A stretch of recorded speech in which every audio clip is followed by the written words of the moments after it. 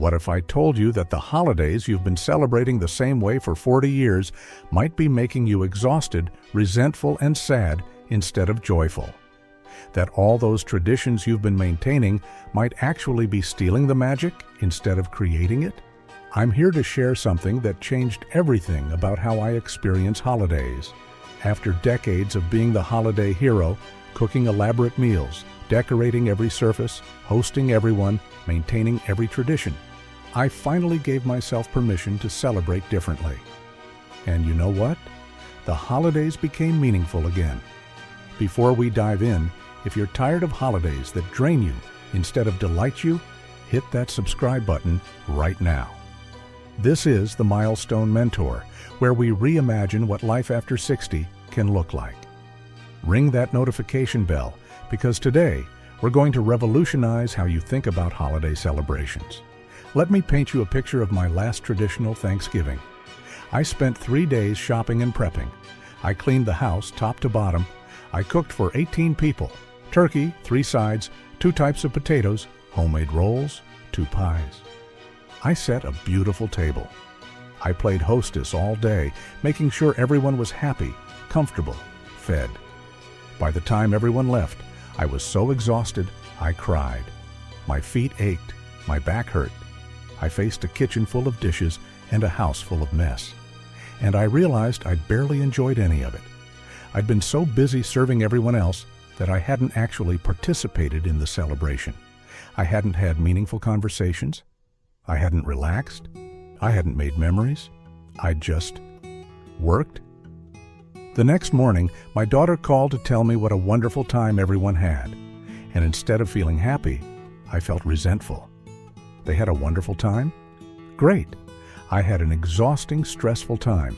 Where was the fairness in that? That's when I realized something had to change. I'd been celebrating holidays for everyone else instead of for myself. I'd been maintaining traditions out of obligation instead of joy. I'd been sacrificing my own happiness to preserve other people's expectations. And at 67 years old, I was done.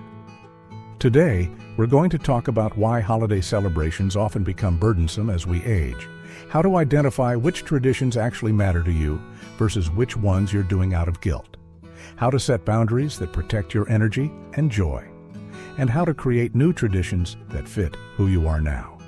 We're also going to address the hard stuff, loneliness during holidays, grief for people who aren't here anymore, and how to find meaning when circumstances change. By the end of this video, you're going to have permission to celebrate holidays in a way that actually makes you happy. Not your kids, not your friends, not some imaginary standard, you. Because here's the truth. Holidays are supposed to bring joy, connection, and meaning. If they're not doing that for you, it's time to change something. Let's start by acknowledging something nobody talks about. Holidays often become more difficult, not easier, as we get older. And there are specific, valid reasons for this. First, there's the physical reality. Your body at 70 is not your body at 30. Standing for hours cooking? Exhausting. Cleaning the whole house? Painful. Hosting a crowd? Overwhelming. Shopping in busy stores? Draining. The things you used to do without thinking twice now require energy you don't necessarily have. I remember the first holiday season after I turned 65 when I realized my stamina had genuinely changed. I used to be able to cook all day, then clean up, then stay up late visiting. Now, I need to sit down every hour. I need to pace myself. I need recovery time. This isn't weakness or failure. It's just reality. But recognizing this reality means we have to celebrate differently. There's also the grief factor that intensifies during holidays. Every year, more chairs at the table are empty. Parents are gone, sometimes siblings, friends, or even spouses. Maybe adult children have moved far away. Maybe grandchildren are spending holidays with their other grandparents. The people who made holidays meaningful are missing, and that absence is magnified during holiday gatherings. I lost my mother 3 years ago. She was the matriarch of our family, the center of every holiday. Her absence during that first holiday season was devastating. I kept expecting her to walk through the door. I kept wanting to call her. I kept thinking about how she used to do things. The joy felt guilty. How could I enjoy holidays without her? The sadness felt overwhelming. I had to completely rethink what holidays meant without her presence. Then there's the expectation burden. For decades, you've probably been the holiday maker. You've been the one who cooks, decorates, hosts, organizes. Everyone expects you to continue doing this forever. And somewhere along the way, tradition became obligation. The things you used to enjoy became things you had to do. My family expected me to host Thanksgiving, Christmas Eve, Christmas dinner, Easter, every major holiday. It had become my role, my identity even. The problem was, I'd started to resent it. I resented the work, the expense, the cleanup, the expectation that I'd just keep doing it forever without complaint. But I felt trapped by those expectations. What kind of mother doesn't want to host her family for holidays? There's also the comparison trap. Social media makes this worse, but it existed before too. Everyone else seems to have perfect holidays with perfect decorations and perfect families and perfect joy. You compare your messy, complicated, exhausting reality to other people's highlight reels and feel like you're failing. I see the photos my friends post, beautiful tables, smiling families, elegant decorations. What I don't see in those photos is the stress beforehand, the family arguments, the exhaustion afterward, or the fact that many of those moments are staged. But I still compare my reality to their edited presentation and feel inadequate. Financial pressure is another factor. Holidays are expensive. Gifts for adult children, grandchildren, sometimes great-grandchildren, food for large gatherings, decorations, travel if you're visiting family, cards and postage. It all adds up. And if you're on a fixed income, that pressure is real and stressful. I was spending hundreds of dollars every holiday season trying to make everything special for everyone.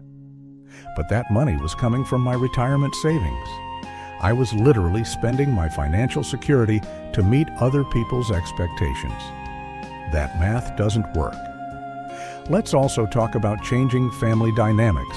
Your adult children might have different holiday traditions with their own families. They might split time between multiple households. They might not value the same traditions you do. Grandchildren grow up and become busy teenagers who'd rather be with friends. The family you're trying to gather isn't the same family you raised, and that's hard to accept. My son married a woman whose family has very different holiday traditions. Now they alternate years, which means I only see them every other Thanksgiving. My daughter's teenagers would rather sleep in than come to Grandma's house for holiday breakfast. These changes feel like rejection, even though intellectually, I know they're just normal life progression. There's also the loneliness factor for many seniors. If you've lost a spouse, holidays can be particularly painful. Doing things as a single person that you used to do as a couple feels wrong. If you don't have family nearby, or if family is estranged or absent, holidays can highlight that isolation intensely. One of my friends is a widow who doesn't have children. Holidays used to mean time with her husband, intimate celebrations, just the two of them. Now they mean silence and loneliness and painful reminders of. One of my friends is a widow who doesn't have children. Holidays used to mean time with her husband, intimate celebrations, just the two of them. Now they mean silence and loneliness and painful reminders of what she's lost. She dreads them instead of anticipating them. Finally, there's the issue of meaning and purpose. When you're raising children, holidays have clear purpose, creating magic for kids, building family memories, passing down traditions. But when your children are grown and your role has changed, what's the purpose? Why go through all this effort? What are you even celebrating? This is actually a profound existential question. Holidays are supposed to be about something: gratitude, peace, renewal, connection, whatever. But if you're going through the motions out of obligation, performing traditions that have lost their meaning, what's the point? Here's what I want you to hear. You have permission to celebrate holidays differently. You really do. You don't have to do things the way you've always done them. You don't have to meet everyone else's expectations. You don't have to sacrifice your well-being, your finances, or your joy to maintain traditions that no longer serve you. I know this feels radical and maybe even selfish. We've been conditioned, especially women of our generation, to be the caretakers, the tradition keepers, the ones who make magic happen for everyone else. But here's the truth. If holiday celebrations are making you miserable, you're allowed to change them. After that exhausting Thanksgiving, I made a decision. I was going to celebrate holidays in a way that actually brought me joy, even if that disappointed other people.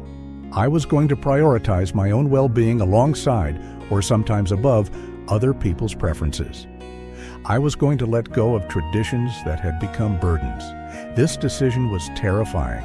I worried my family would be angry or hurt. I worried I was being selfish. I worried I'd regret it. But I was also completely burnt out and dreading the upcoming holidays. Something had to give. So I had a family meeting. I gathered my adult children and told them the truth. I loved them. I wanted to celebrate with them, but I couldn't keep hosting elaborate holiday meals. It was too much for me physically, financially, and emotionally. I needed things to change. The conversation was harder than I expected, but also better than I feared. My daughter was initially disappointed. She loved our big family Thanksgivings. But when I explained how exhausted and resentful I'd been feeling, she got it. She said she hadn't realized how much work it was for me because I'd always made it look effortless. My son was actually relieved. He admitted he and his wife had been feeling guilty about leaving me with all the cleanup. He'd wanted to help more, but didn't want to intrude in my kitchen. We'd been having two separate experiences of the same event. I felt alone and overwhelmed, while they felt helpless and unsure how to assist. Here's what I want you to understand. People can't read your mind. If you're suffering in silence, maintaining traditions out of obligation while resenting every minute, your family probably doesn't know. They might think you love doing it. They might think it's easy for you. They might think you want to continue forever. You have to speak up. You have to be honest about your limitations, your needs, your feelings. Yes, this might disappoint people. Yes, change is uncomfortable for everyone, but continuing to suffer silently isn't loving. It's martyrdom. And martyrdom breeds resentment, not joy. I also had to give myself permission to let go of guilt. Our generation was taught that good mothers, good grandmothers, good women sacrifice themselves for family. We were taught that our needs come last. We were taught to feel guilty about having boundaries or limits. But here's what I've learned. Taking care of yourself isn't selfish. Setting boundaries isn't cruel. Celebrating in a way that honors your energy, health, and happiness isn't wrong. In fact, it's the only way to genuinely show up for the people you love. When you're exhausted, resentful, and burnt out, you can't be fully present. You can't enjoy the celebration. You can't create meaningful connection. You're just going through motions, checking boxes, surviving until it's over. Is that really what you want holidays to be? I also had to examine my motivations. Why was I killing myself to create perfect holidays? Partially, it was love and genuine desire to bring joy to my family. But partially, it was ego, wanting to be seen as the perfect matriarch, the amazing cook, the woman who could do it all. Partially, it was fear. If I wasn't the holiday hero, what was my value? Who was I? These aren't comfortable realizations, but they're important. We have to understand why we do what we do. Are we celebrating out of joy or out of fear? Are we maintaining traditions because they're meaningful or because we're scared of disappointing people? Are we creating memories or just exhausting ourselves? Here's another truth. Your family will survive if you change how you celebrate. They really will. They might be disappointed initially. They might resist change, but they'll adapt. And honestly, they might even be relieved to have some of the burden lifted or shared. After I stopped hosting every holiday, my daughter started hosting Thanksgiving. She does it completely differently than I did. Potluck style, paper plates, much more casual. And you know what? Everyone has just as much fun, maybe more, because she's not stressed and miserable. My son's family started new traditions with his wife's family. And that's okay. It doesn't mean they love me less. It means they're building their own family culture, which is what they should be doing. And me? I started CE. So let's talk practically. How do you create holiday celebrations that honor who you are now, at this stage of life, with your current energy, resources, and circumstances? Step 1. Identify what actually matters to you. Get a piece of paper and list every holiday tradition you've been maintaining. Everything, the big meals, the decorating, the gifts, the cards, the events, all of it. Then go through and mark each one. Does this bring me genuine joy? Not obligation, not ego, actual joy. Does this create meaningful connection? Is this within my physical and financial capacity comfortably? Would I miss this if we stopped doing it? Be ruthlessly honest. Just because you've done something for 40 years doesn't mean you have to keep doing it. Just because someone else loves it doesn't mean you have to maintain it. When I did this exercise, I realized I hated cooking elaborate holiday meals. What I actually loved was the sitting around the table, talking part. The meal itself? Stressful, exhausting, and something I didn't even enjoy eating because I was too tired. But I'd been conflating the meal with the connection, thinking I had to cook to create togetherness. I also realized I loved decorating my Christmas tree, but hated decorating the rest of the house. I did the whole house decorating because I thought I should, not because it brought me joy. So I kept the tree tradition and let go of the rest. My house looks less magazine-worthy. I don't care. I enjoy what I've kept. Step 2. Communicate your needs and limits. Once you know what you want to keep and what you want to release, you have to communicate this to the people involved. Have the conversation before the holiday season starts, not 3 days before the event. Be direct, kind, and firm. I love having Thanksgiving with all of you, but I can't host the full meal anymore. I'd like to do it potluck style this year, with everyone contributing a dish. Or, I won't be doing Christmas cards this year. It's become stressful rather than joyful for me. Expect some resistance. People don't like change, especially with traditions. But stay firm in your boundaries. You can acknowledge disappointment without changing your decision. I understand you're disappointed. I was the same way when things had to change. But this is what works for me now. Step 3. Simplify everything. Look for ways to simplify every aspect of holiday celebrations. Can you buy a pie instead of making one? Can you use nice disposable plates instead of china that requires hand washing? Can you order a meal or components of a meal? Can you decorate less? Give fewer gifts? Send electronic cards instead of physical ones? Every simplification frees up energy and reduces stress. And here's the secret. Most people don't actually care about the details you're agonizing over. They care about being together and feeling loved. You can create that without killing yourself. I now buy my holiday pies from a local bakery. They're delicious, and I don't spend hours baking. I use real plates, but simple ones that go in the dishwasher. I buy pre-cut vegetables for appetizers. I ask everyone to help with cleanup before they leave. These small changes have dramatically reduced my holiday stress. Step 4. Create new traditions that fit your life. Now, just because you're releasing old traditions doesn't mean you can't create new ones.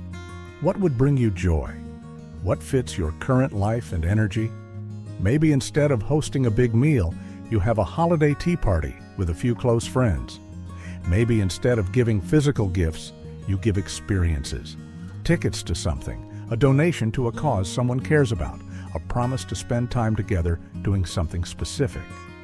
Maybe instead of decorating extensively, you have one special holiday thing, a beautiful wreath, a special candle, a collection you love. Maybe instead of cooking, You volunteer serving meals to people who need them. Maybe instead of family gatherings, you travel somewhere you've always wanted to go. My new tradition is a holiday season day trip with my best friend. We pick a nearby town neither of us has explored. We go look at their holiday decorations. We have a nice lunch. We shop a little. It's low-key, joyful, and completely stress-free. I look forward to it more than any big meal. Step 5. Embrace good enough. Perfectionism is the enemy of joy. Your table doesn't have to look like a magazine spread. Your food doesn't have to be gourmet. Your decorations don't have to be elaborate. Your gifts don't have to be perfect. Good enough is actually wonderful. I had to practice this actively.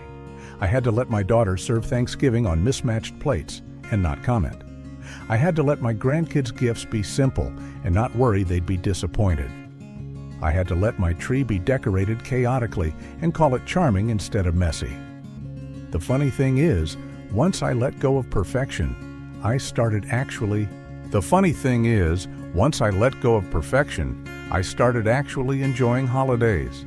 I was present instead of anxious. I laughed instead of stressed.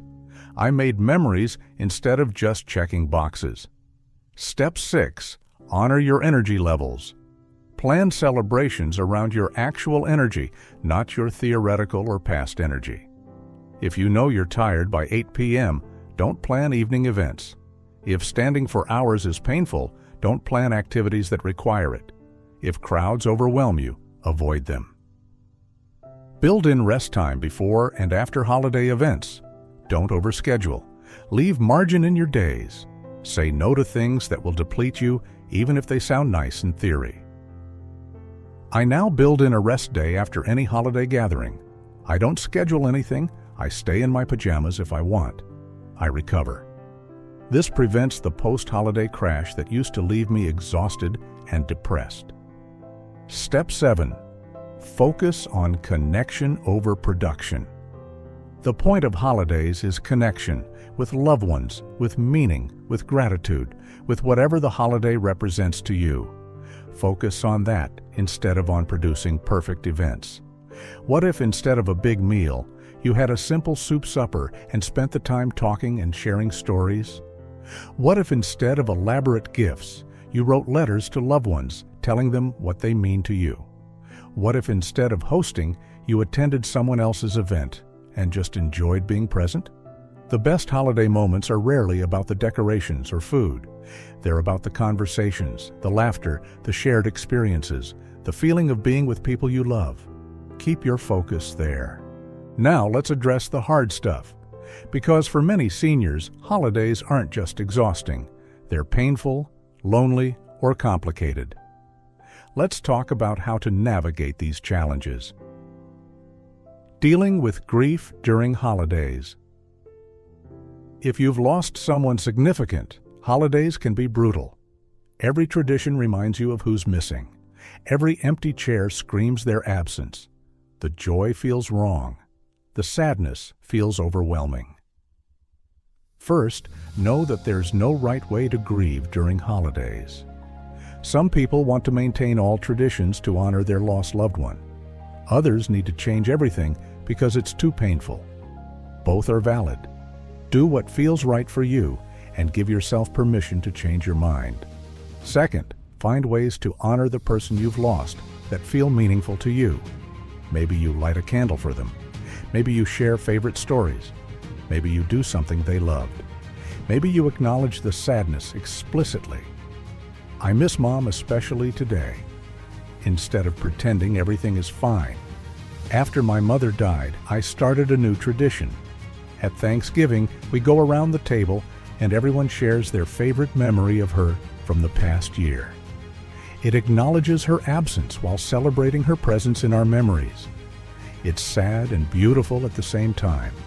Third, be gentle with yourself. If you need to cry, cry. If you need to skip parts of celebrations, skip them. If you need to leave early or not attend at all, do that. Your grief is more important than anyone's expectations. Navigating loneliness. If you're alone during holidays, whether by circumstance or choice, the loneliness can be intense. Here are some strategies. Consider volunteering, serving meals at a shelter, delivering gifts to homebound seniors, helping at a community event. These activities provide connection and purpose while helping others. Create your own traditions. Just because you're alone doesn't mean you can't celebrate. Make yourself a special meal or order your favorite takeout. Watch movies you love. Call friends. Do something that brings you joy. Join community events. Many churches, community centers, and organizations host holiday gatherings for people who are alone. Attending can provide connection and combat isolation. Connect virtually. Video calls with distant family or friends can provide meaningful connection even when you can't be physically together. One of my widowed friends spends Christmas Day video calling all her old friends scattered across the country. She makes it a marathon connection day. She says it's become her favorite holiday tradition. Managing family conflict or estrangement. Not all families are close or functional. If you're estranged from family members, or if family gatherings are sources of stress rather than joy, you need strategies. You don't have to attend gatherings that make you miserable. You really don't. Family relationship doesn't obligate you to subject yourself to toxicity, abuse, or even just unpleasantness. You can decline invitations. If you do attend, set boundaries. Decide in advance how long you'll stay. Have an exit strategy. Avoid topics that cause conflict. You can say, "I'm not discussing politics today," or "Let's not talk about that," and change the subject. Consider creating your own chosen family celebrations. Friends who feel like family can provide all the connection and joy that biological family should provide, but sometimes doesn't. Handling financial limitations. If money is tight, holidays can be stressful. Gift expectations, hosting costs, travel expenses, it all adds up. Here's the truth. Your presence is more valuable than your presence. Have honest conversations about gifts. Suggest no gifts, or set a low-dollar limit, or do homemade gifts only, or draw names so each person buys for one person instead of everyone. If you can't afford to travel to see family, say so. Don't go into debt trying to meet expectations. Real loved ones will understand. If you can't afford to host, don't. Or make it truly potluck where everyone contributes equally. Or do something that costs less. A holiday walk in a pretty neighborhood, a movie marathon at home, a board game afternoon. I told my family 2 years ago that I was doing experience gifts from now on. A promised day together doing something specific. These cost little to nothing, but create actual memories. Everyone loved it. Dealing with changed family dynamics. Your adult children have their own lives, their own families, their own traditions. This is natural and healthy, but it can feel like rejection. Remember, they're not rejecting you. They're building their own lives. That's what you raised them to do. Be proud of their independence even when it hurts to not be the center of their world anymore. Be flexible. If they can't come on the actual holiday, celebrate on a different day. If they can only come for a few hours, enjoy those hours. If they have to split time between multiple families, accept that gracefully. Communicate your feelings without guilting. "I miss seeing you more" is okay. How can you abandon your poor mother at Christmas? Is manipulation. There's a difference. Coping with health limitations. If health issues limit what you can do, grieve that loss, but then adapt. You might not be able to cook elaborate meals anymore, but you can still gather people. You might not be able to travel, but you can still connect virtually. You might not have the energy for big celebrations, but you can still mark the occasion meaningfully, in small ways.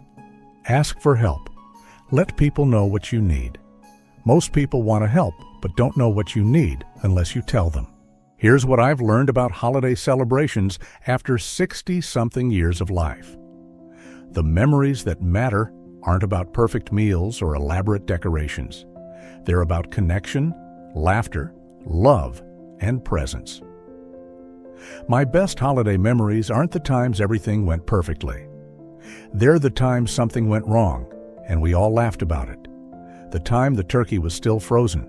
The time the power went out mid-meal. The time my grandson accidentally knocked over the Christmas tree. These imperfect moments are what we talk about and laugh about years later. The memories that matter are the conversations, the stories told around the table, the shared laughter, the moment someone's eyes lit up with genuine joy, the feeling of being with people you love. None of that requires perfection. All of it requires presence. When you free yourself from the obligation of perfect holidays, you create space for real holidays. When you stop performing and start participating, magic can actually happen. When you prioritize connection over production, meaning over tradition, you create something authentic. This year, I challenge you to ask yourself a different question about holiday celebrations.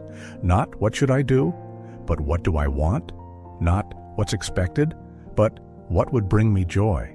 Not how can I make everyone else happy, but how can we all enjoy this together? Your holiday celebration should serve you, not the other way around. At this stage of life, you've earned the right to celebrate in ways that feel good, that honor your energy and limitations, that reflect your values and desires. You don't owe anyone exhaustion, financial stress, or misery disguised as tradition. And here's something beautiful. When you start celebrating authentically, you give others permission to do the same. Your honesty about your limits helps your children be honest about theirs. Your simplification shows others they don't have to strive for perfection. Your joy becomes contagious. The holidays I've celebrated since making these changes have been smaller, simpler, and infinitely more meaningful. I'm present instead of stressed. I enjoy conversations instead of worrying about timing dishes. I laugh instead of anxiously monitoring everyone's happiness. I make memories instead of checking boxes. And my family has adapted beautifully. They've created their own traditions. They've taken on more responsibility.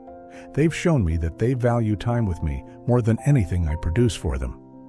They'd rather have a relaxed, happy grandmother than a martyred, exhausted one. If you take only one thing from this video, let it be this. You have permission to celebrate holidays in whatever way brings you joy. You really do. You don't have to do things the way you've always done them. You don't have to meet everyone else's expectations. You don't have to sacrifice yourself on the altar of tradition. Holidays are supposed to be celebrations, not endurance tests. They're supposed to bring joy, not stress. They're supposed to create connection, not resentment. If your holiday celebrations aren't doing that for you, something needs to change. And the good news is, you have the power to change them. Start small if you need to. Change one thing this holiday season. Simplify one tradition. Set one boundary. Ask for one thing you need. See how it feels. Build from there. And give yourself grace. Changing long-established patterns is hard. Disappointing people is uncomfortable. But continuing to suffer silently is unsustainable. You deserve holidays that bring you genuine joy. If this video resonated with you, if you're ready to reclaim holidays as sources of joy rather than stress, hit that subscribe button right now. Join the Milestone Mentor community where we talk honestly about all aspects of life after 60. Ring that notification bell so you don't miss our upcoming conversations. Share this video with a friend who needs to hear it. Your sister who's burning herself out every holiday. Your friend who's dreading the upcoming season. Your adult child who might need to understand why you're making changes.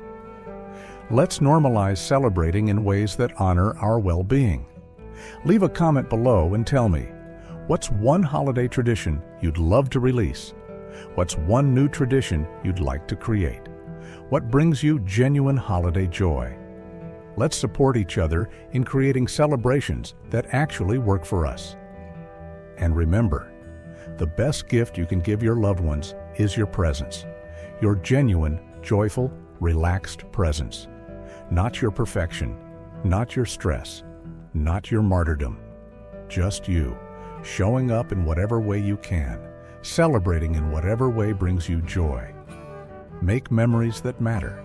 Make choices that honor you. Make this holiday season different. Make it yours. I'll see you in the next video, where we'll continue exploring what it means to live fully and authentically after 60. Until then, start planning holidays that serve you. You've earned that right. Now, claim it. Thank you for being here. Thank you for being willing to change. Thank you for choosing joy. Now go create the holiday season you actually want. The memories you make will be all the more precious because they're real. Happy holidays, whatever that looks like for you.